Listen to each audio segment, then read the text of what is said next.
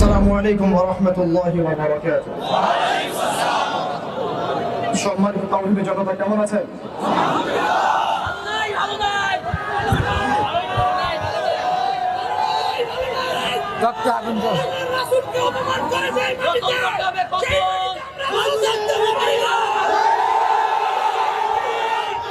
তাকবীর, তাকবীর, তাকবীর।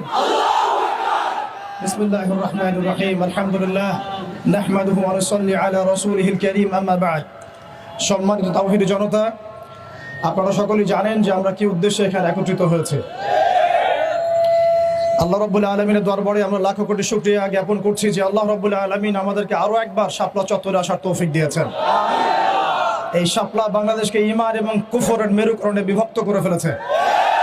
এই শাপলা বাংলাদেশকে তাওহীদ এবং শিরকের মেরুকরণে বিভক্ত করে ফেলেছে। গত জুমার দিন আমরা এখানে ছিলাম।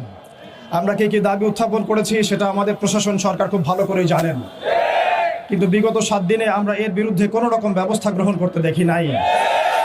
আমরা এখানে তথাকথিত কোনো গণতান্ত্রিক আন্দোলন করতে আসি নাই। আমরা এখানে কোনো ইলেকশন করতে আসি নাই। আমরা এখানে নতুন কোনো রাজনৈতিক দল ঘোষণা করতে আসি নাই। আমরা এখানে কোনো রাজনৈতিক দলের লেজুর বৃত্তি করতেও আসি নাই। আমরা যারা এখানে হাজির হয়েছি একমাত্র আল্লাহ এবং তার রাসূলের মহব্বতে হাজির হয়েছি। আমরা যারা এখানে হাজির হয়েছি শুধুমাত্র এক আল্লাহ এবং তার রাসূলের প্রেমে হাজির হয়েছি।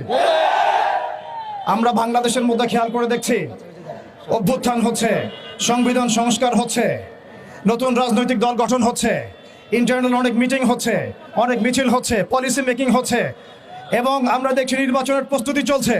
কিন্তু 16 কোটি বাঙালির, 16 কোটি মুসলিম দেশের, 16 কোটি মুসলিম জনতার এই বাংলার মাটিতে সাতেমে রাসূলদের বিচারের কোনো ব্যবস্থা গ্রহণ করা হচ্ছে না। তার মানে কি আমরা ধরে নিব যে সাতেমে রাসূল এই ইস্যুটি এবং মুরতাদ এই ইস্যুটি, ব্লাসফেমির এই ইস্যুটি আপনাদের কাছে রাজনীতি, অর্থনীতি, সংস্কৃতির চাইতে গৌণ বিষয়?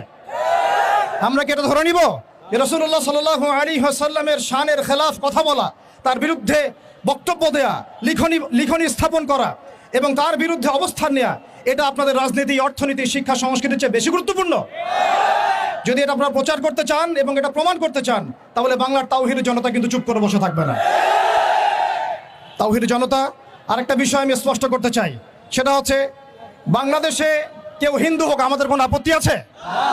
কেউ বৌদ্ধ হলে আমাদের কোনো আপত্তি আছে? কেউ খ্রিস্টান ধর্মাবলম্বী হলে আমাদের কোনো আপত্তি আছে? কেউ যদি নাস্তিকও হয়ে যায় আমাদের কোনো আপত্তি নাই। কিন্তু নাস্তিকতার দোহাই দিয়ে সেই লেভেলকে ব্যবহার করে যখন আপনি আল্লাহ এবং তার রাসূলের শানে কটূক্তি করবেন, আমাদের আপত্তি তখনই।